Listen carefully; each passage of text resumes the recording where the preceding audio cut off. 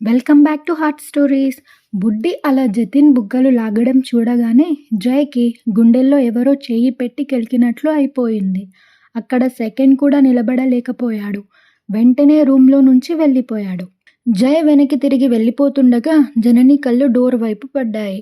జయ్ shirt మాత్రమే కనిపించడంతో బుడ్డి జతిన్ని వదిలిపెట్టి జయ్ జయ్ వచ్చాడా అనుకుంటూ తన చేతుల్ని చూసుకుని దేవుడా అని తల కొట్టుకుంటూ డోర్ దగ్గరకు పరిగెత్తింది. అప్పటి వరకు మాట్లాడిన బుడ్డి సడన్గా ఎందుకు వెళ్ళిపోయిందో అర్థం కాక అలాగే నిలబడ్డాడు జతిన్. కారిడార్లో జయ్ కనిపించకపోయేసరికి పిచ్చిదాన్లాగా పరుగులు పెడుతూ స్టాఫ్ని జయ్ కనిపించాడా అని అడిగింది. ఎవరు చూడలేదని చెప్పడంతో ఇంకా వెతుకుతూనే ఒకచోట మోకాళ్ళ మీద కూర్చుని పెద్దగా ఏడుస్తూ ఐఎమ్ సారీ జయ్, నేను బ్యాడ్ ఇంటెన్షన్తో జతిన్ని పట్టుకోలేదు. ప్లీజ్ నువ్వు చూసింది నిజం కాదు, నాకు ఎక్స్ప్లెయిన్ చేయడానికి ఒక అవకాశం ఇవ్వు అంటూ ఏడవడం మొదలుపెట్టింది. కొంచెం సేపటికి రూమ్కి తిరిగి వెళ్ళి జయ్ కోసం ఎదురు చూస్తూ కూర్చుంది. అక్కడ కూర్చుని కూడా ఏడవడంతో కళ్ళన్నీ ఎర్రగా అయిపోయాయి. అప్పుడే లోపలికి వచ్చి వాష్రూమ్కి వెళ్ళడానికి టవల్ తీసుకున్నాడు జయ్. పైకి చెప్పాడు కానీ తను జతిన్తో ఉంటే జయ్ లోపల చాలా ఫీల్ అవుతాడని జననికి బాగా తెలుసు. వాళ్ళ స్పెషల్ ఆల్బమ్ రిలీజ్ అయినప్పుడు జయ్ చాలాసార్లు భోజనం కూడా మానేశాడు. ప్రొఫెషన్లో ఇవన్నీ కామన్ అని సుభాష్ చాలాసార్లు జయ్ని కూల్ చేయడం తను వింటూనే ఉంది. కానీ తను మాత్రం ఏం చేయగలదు? ప్రొడ్యూసర్స్ తనని ప్రతిసారి జతిన్ పక్కనే వేయడంతో ఇష్టం లేకపోయినా జతిన్తోనే కలిసి వర్క్ చేయాల్సి వస్తుంది. అలా అని జతిన్ అంటే తనకి కోపమని కాదు, కానీ సోషల్ మీడియాలో ట్రెండ్ అయ్యే రిలేషన్ మాత్రం ఏమీ లేదు. ముందులో వాళ్ళ పేరెంట్స్ కూడా ఆ ట్రెండింగ్ చూసి భయపడిపోయి కంపెనీకి పరుగులు పెట్టుకుంటూ వచ్చారు. వాళ్ళు ఉన్న ఫీల్డ్లో ఇవన్నీ కామన్ అని, వాళ్ళంతా మంచి ఫ్రెండ్స్, స్టార్టింగ్ నుంచి వాళ్ళెంత స్ట్రగుల్ అయ్యారో మీకు తెలియదా అని వాళ్ళు నచ్చ చెప్పేసరికి వాళ్ళ టెన్షన్ తగ్గి ఇప్పుడు అలాంటి ట్రెండింగ్ని పట్టించుకోవడం మానేశారు. కానీ జయ్కి మాటి మాటికి తనని జతిన్ పక్కన చూడటం ఎంత బాధగా ఉంటుందో తనకన్నా ఎవరికి బాగా తెలుస్తుంది. ఎందుకంటే ఆ బాధ తను కూడా భరించింది. జయ తన్ను ఆల్బమ్ రిలీజ్ అయినప్పుడు, అంతకుముందు షూటింగ్ జరిగినప్పుడు బాత్రూంలో కూర్చుని ఎంతసేపు ఏడ్చిందో తనకే తెలియదు. బుడ్డి ఇలా ఆలోచించి ఏడుస్తూ ఉండగానే అప్పుడే లోపలికి వచ్చి వాష్రూమ్కి వెళ్ళడానికి టవల్ తీసుకున్నాడు జయ్. జయ్ని చూడగానే దగ్గరకు వెళ్ళి చెయ్యి పట్టుకొని జయ్ నాతో మాట్లాడవా? జతిన్ డల్లుగా ఉంటే ఏమైందని అడిగాను అంతే, అంతకు మించి ఏమీ లేదు అని అంది బుడ్డి. ఆ మాట వినగానే నేను అడిగానా? ఇది నీ లైఫ్, నీకు నచ్చినట్లు చేయి, నీకు నచ్చిన వాళ్ళతో మాట్లాడు, నచ్చిన వాళ్ళతో ఉండు, నాకు చెప్పాల్సిన అవసరం లేదు అని అన్నాడు జయ్ చాలా కూల్గా. ఎందుకు ఇలా మాట్లాడుతున్నావు జయ్? నువ్వు ఇలా మాట్లాడితే నాకు భయం వేస్తుంది అని ఏడుస్తూ నేను ఎవరితో ఉండటానికి ఇష్టపడతానో నీకు తెలియదా అని అడిగింది చాలా దీనంగా చూస్తూ. బుడ్డిని ఇందాక అలా చూసేసరికి తను జెలసీ ఫీల్ అయ్యి బాధపడిన మాట నిజమే, కానీ ఇప్పుడు అది అలా ఏడుస్తుంటే జయ్ మనసు ఆగలేకపోతుంది. ఓహో ఇలారా, ఎందుకు ఏడుస్తున్నావు? నేను నీకున్న రైట్స్ గురించి చెప్పాను అంతే, నాతో మాట్లాడొద్దని, నా దగ్గరకు రావద్దని చెప్పలేదు కదా అని అన్నాడు జయ్ బుడ్డి కళ్ళు తన వేలుతో తుడుస్తూ. నాకు ఏ రైట్స్ వద్దు, నాకు నువ్వుంటే చాలు, ప్లీజ్ నన్ను వదిలిపెట్టకు జయ్ అని అంది బుడ్డి ఏడుస్తూ.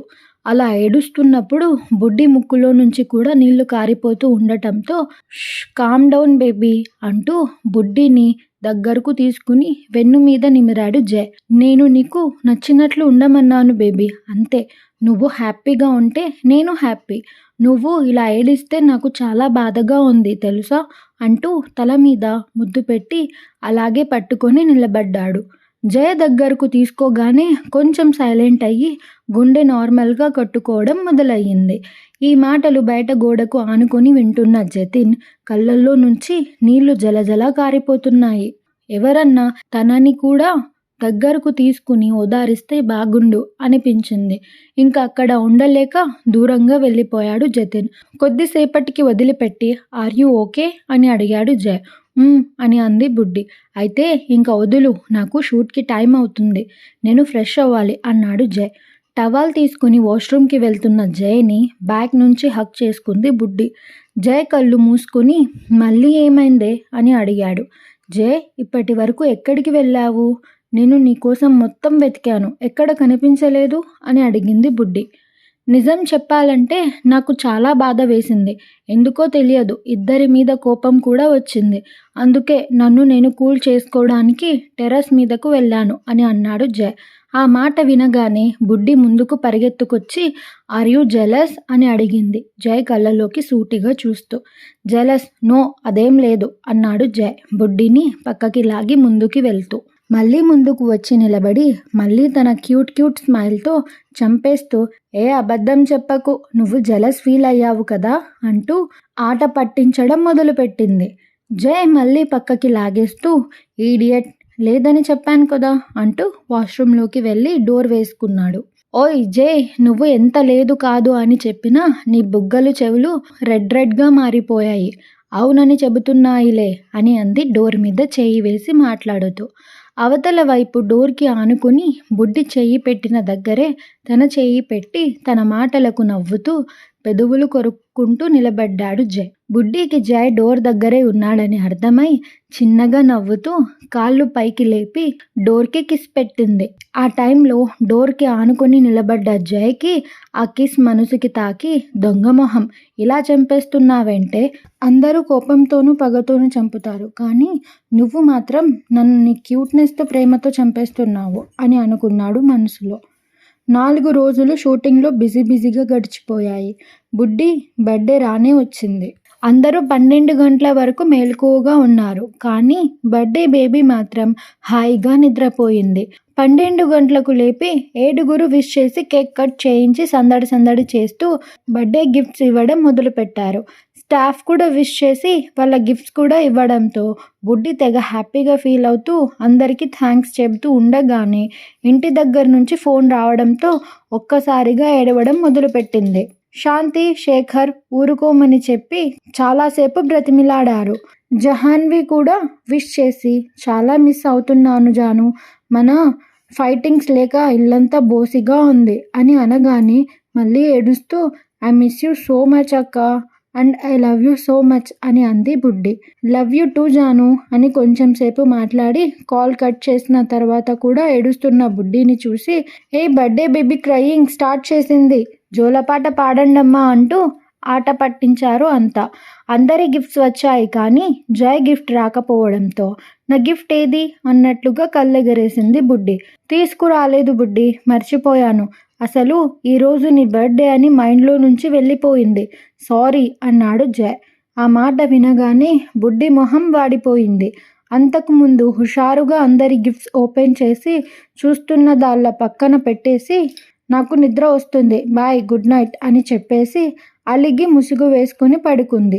తను పడుకోగానే అంతకుముందు ఎక్కి తొక్కి అగమాగం చేసిన బెడ్ని సర్దుకుని అందరూ పడుకున్నారు. తను అలిగితే లేపి ఇస్తాడని ఎదురు చూసిన బుడ్డి జయ్ హాయిగా నిద్రపోవడం చూసి విడు, నిజంగానే నా బర్త్డే మర్చిపోయాడు, అదే ఆ తన్ను జాస్మిన్ బర్త్డేలని మాత్రం బాగా గుర్తుపెట్టుకుని దగ్గరుండి మరీ ఆన్లైన్ షాపింగ్ చేయించి ఇస్తాడు, నేనంటే వీడికి లెక్కలేదు, జయ్ అంటూ కుక్కపిల్లలాగా వీడి వెనకే తిరుగుతుంటే ఇంకేం లెక్క చేస్తాడులే, అంత నా కర్మ, ఇక నుంచి చూద్దువు ఈ బుడ్డి అంటే ఏంటో, నీ తొక్కలో గిఫ్ట్ నాకేం వద్దులే ఏహే అని తిట్టుకుంటూ పడుకుంది. కానీ అసలు నిద్ర పెట్టక అసలు నువ్వు నా బర్త్డే ఎలా మర్చిపోతావు, హౌ అంటూ కోపంగా జై చెయ్యి కొరికేసింది బుడ్డి. Thanks for watching, wait for next episode.